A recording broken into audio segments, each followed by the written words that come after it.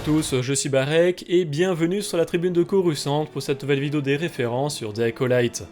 Cette vidéo sera bien évidemment full spoiler et donc prévue pour ceux qui ont déjà vu l'épisode 5 de la série.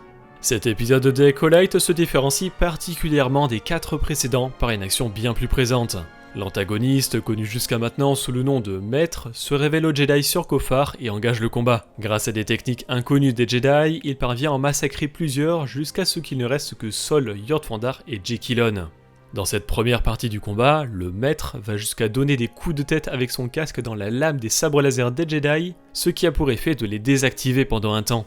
Ce pouvoir est déjà connu dans l'univers Star Wars avec un métal nommé le Cortosis. Il s'avère que StarWars.com a clairement confirmé que le casque de l'étranger, de son nouveau nom, est bien en Cortosis. Ce métal possède un taux d'absorption et un coefficient de transmission de l'énergie très élevé, ce qui permet de dissiper l'énergie d'un tir de blaster à son contact. Le Cortosis, qui est l'un des minéraux les plus solides de la galaxie, peut même résister à un coup de sabre laser et court-circuiter brièvement sa lame. Durant l'ère des Sith, un groupe nommé les Ascendants a été fondé, des êtres non sensibles à la Force qui ont créé différentes technologies afin d'imiter les pouvoirs de la Force et combattre les Sith. Les Ascendants ont ainsi créé parmi leurs nombreux artefacts la lame neutralisante avec un alliage de Cortosis. La lame neutralisante pouvait brièvement court-circuiter les sabres laser, mais n'étant pas renforcée, elle pouvait toujours être coupée par un sabre laser. Mais sous l'ère impériale, la lame neutralisante était enfin assez puissante pour résister à un sabre, et fut utilisée par l'étincelle éternelle, une intelligence artificielle créée par les Ascendants, pour combattre Dark Vador lors de la bataille de la station Amaxine peu de temps avant le retour du Jedi. À la même époque, Domina Tage a utilisé du Cortosis pour produire la Proto-Lame Tage, une arme à lame de plasma destinée à reproduire un sabre laser, rappelant les proto-sabres de l'univers légende utilisés vers l'an -5000. Mais du Cortosis a aussi été utilisé durant la guerre des clones. Ce sont les Grisks, un peuple des régions inconnues, qui ont indiqué au comte Dooku un moyen efficace d'utiliser le Cortosis contre la République Galactique. En tissant des fibres de Cortosis dans une matrice protectrice, il était possible de créer une armure à la fois résistante et immunisée contre les tirs de blaster. L'armure redirigeait également l'énergie d'un sabre laser en elle-même, provoquant l'arrêt temporaire du sabre. Ainsi, une série de super droïdes de combat de série B2 équipés de l'armure fut produite, et sous la supervision de Dark Sidious, une armure de soldat clone qui pourrait être utilisée pour l'ordre 66.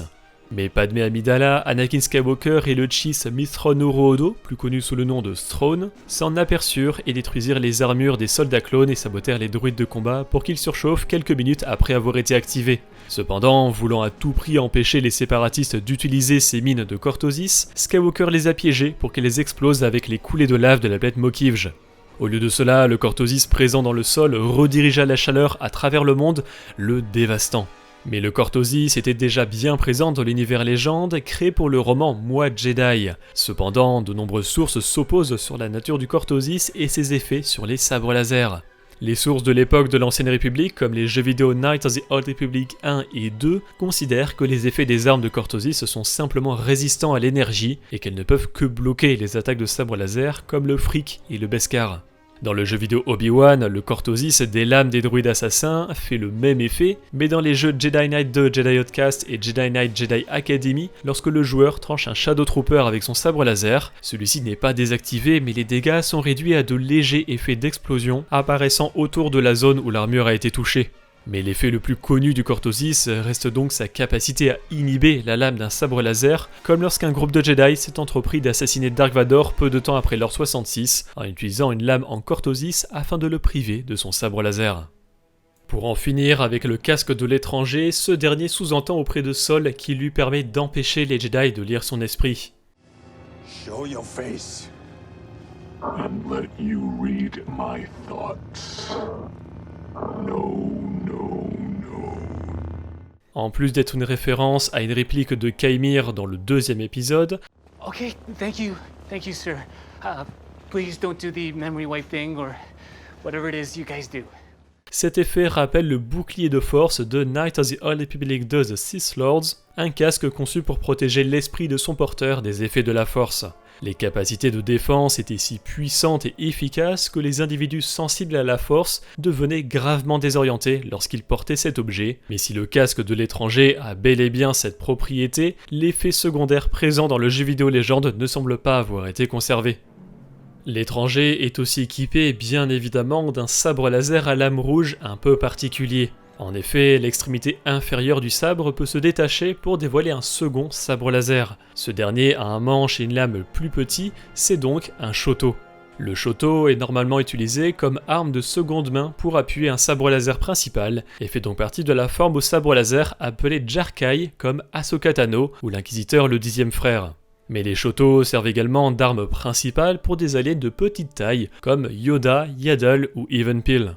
Et le principe même d'avoir 2 sabres laser attachés est suffisamment rare pour le relever. On connaît ce design principalement via les sabres laser d'Asajj Ventress, qui en plus ont la particularité d'être incurvés. Mais certains inquisiteurs de l'Empire avaient aussi cette option sur leur sabre laser, comme la 3e sœur dans la série Obi-Wan Kenobi. Un détail dans le style de combat particulier de l'étranger est assez discret. En effet, à plusieurs reprises, il éteint et rallume son sabre laser pour tromper les Jedi, une technique appelée Trakata d'après StarWars.com. Le Trakata provient de l'univers légende où il était même à l'origine une création de fanfiction apportée dans la continuité par le livre de jeu de rôle Star Wars Role-Playing Game Saga Edition. Le Trakata a été créé par un Jedi consulaire à l'époque de l'Ancienne République pour compenser les faiblesses de l'utilisation d'un sabre laser en éteignant puis rallumant rapidement la lame, ce qui permet de désorienter l'adversaire et d'effectuer des feintes de diversion en combat. Mélangé au Jarkai, le Trakata était extrêmement efficace, même contre plusieurs adversaires. Cependant, cette méthode était très mal vue et n'était presque jamais utilisée, que ce soit par les Sith ou les Jedi. Les Sith prétendaient qu'elle montrait de la faiblesse et un manque de puissance, tandis que les Jedi affirmaient que cette forme n'était pas sportive. Quoi qu'il en soit, cette forme de sabre laser n'était pas très répandue. L'identité de l'étranger finit par être révélée dans cet épisode 5, il s'agissait depuis le début de Kaimir, le contrebandier qui aidait Mahé. L'étranger jouait donc un personnage volontairement maladroit sous l'identité de Kaimir pour tromper Mahé et les Jedi, de la même manière au final que Yoda dans l'Empire contre-attaque lorsqu'il rencontre Luke Skywalker sur Dagobah. Je n'en suis pas à faire un parallèle entre l'étranger et Yoda, mais il y a comme une forme de parallèle Jedi-Sith. En parlant de ça, l'étranger annonce clairement et distinctement qu'il est bel et bien un Sith et qu'il cherche un acolyte.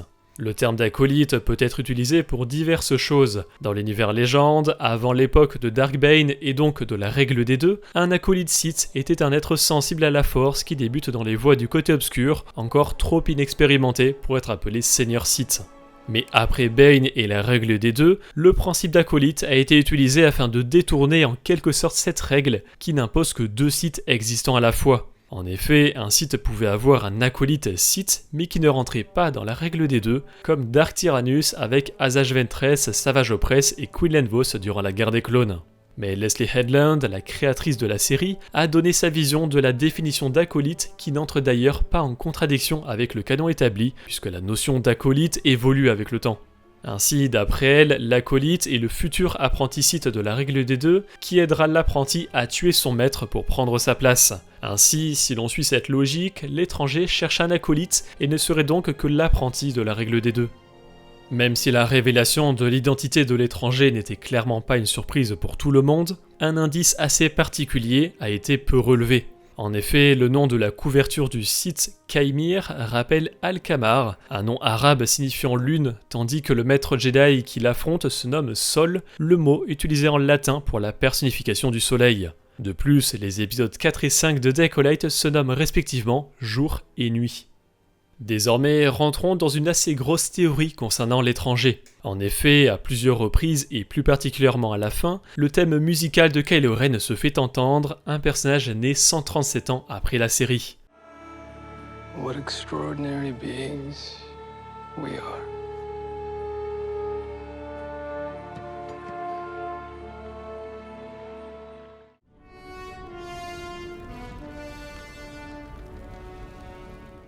Mais pourquoi cette musique ? Dans un premier temps, on peut relever des ressemblances physiques entre l'étranger et Kylo Ren, comme l'arrière de leur casque et leur longue robe noire dépourvue d'armure. Mais la théorie veut que Kaimir pourrait être le créateur, voire un membre des Chevaliers de Ren. Les Chevaliers de Ren sont une enclave de guerriers masqués du côté obscur qui adhèrent aux voies du Ren, une philosophie religieuse incarnée par un sabre laser du même nom. Dark Sidious déclara dans son livre Les secrets des Sith que les Chevaliers de Ren n'adhéraient à aucun code. Ils étaient prêts à faire n'importe quoi pour l'emporter, ils menaient donc un style de vie simple, faisant ce qui leur plaisait. Ils pensaient que tout ce qu'ils gagnaient leur était donné par le côté obscur qu'ils appelaient ombre. Le Ren, un sabre laser, symbolisait le leadership sur les chevaliers. Il fut en possession d'un individu nommé lui-même Ren sous l'Empire et la Nouvelle République, et un autre individu du même nom l'avait avant lui. Mais Ren fut tué en l'an 28 par Ben Solo et prit la tête des chevaliers de Ren en prenant le nom de Kylo Ren. La nature du Ren, le sabre laser original, était qu'il existait tout simplement. Il n'avait pas de conscience, ne reconnaissant ni n'exprimant des concepts tels que la moralité, le regret ou l'inquiétude pour ce qu'il pourrait détruire. Mais cette philosophie fut perdue avec Kylo Ren qui abandonna le sabre laser près du cadavre de Ren sur la lune minière de Mimban. Sous l'Empire, Ren était entouré de ses chevaliers, des êtres peu sensibles à la force mais suffisamment pour manifester quelques pouvoirs surnaturels. Tous finirent par mourir des mains de Ben Solo sur Exegol en l'an 35. Ainsi, avec les différentes références à Kylo Ren, Kaimir pourrait être lié aux chevaliers de Ren d'une certaine manière, et l'on pourrait imaginer qu'ils sont à l'origine une caste dissidente de l'ordre Sith. Dans tous les cas, nous verrons bien ce que The Acolyte nous réservera. L'épisode se conclut sur une réplique chargée de sens de l'étranger. Even in the revelation of our triumph, you see the depth of our despair. Cette réplique est une citation de Jordan Peterson au micro de la chaîne YouTube The Diary of a CEO en janvier 2022. Because you see, even in the revelation of their triumph, the initial depth of their despair. Jordan Peterson est un psychologue clinicien canadien et professeur de psychologie à l'Université de Toronto. Il est principalement connu pour ses controverses sur divers sujets de société, comme le fait qu'il défende l'idée que l'écart salarial entre les femmes et les hommes ne constitue pas une discrimination liée au sexe ni à un acte de domination masculine. Il critique régulièrement le féminisme moderne, les militants LGBT et les antiracistes, les qualifiant de gauchistes radicaux, et a estimé que le chirurgien ayant opéré l'acteur trans Elliot Page est un criminel comparable au médecin nazi. Le choix de cette réplique dans la bouche d'un Sith est donc clairement volontaire de la part de l'équipe créative de The Acolyte, comme quoi tout art est politique. Et je remercie Captain Popcorn pour avoir relevé cette référence, je vous invite à regarder sa critique des épisodes 4 et 5 pour plus de détails.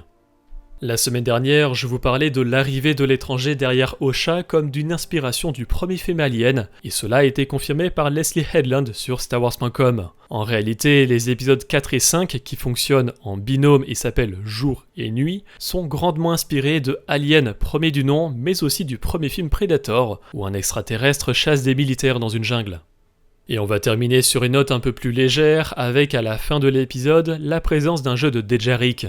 Le Dejarik est une sorte de jeu d'échecs version Star Wars que l'on découvrait à bord du Faucon Millennium dans Un Nouvel Espoir, mais en version holographique. Il s'agit ici d'une version physique, comme on en avait déjà vu dans Rogue One, dans la base des partisans de Saw Gerrera sur Jedha. Les pièces utilisées pour jouer au Dejarik ont des capacités différentes et sont inspirées de réelles créatures de l'univers Star Wars. Ici, on peut distinguer le Hujix, le Ngok, le Faucheux de Kintan, ainsi qu'une quatrième qui est cachée derrière le Hujix. Je dirais qu'il s'agit d'un Guk, mais je ne suis pas sûr de moi. Vous remarquerez les noms très inspirés du Dejarik.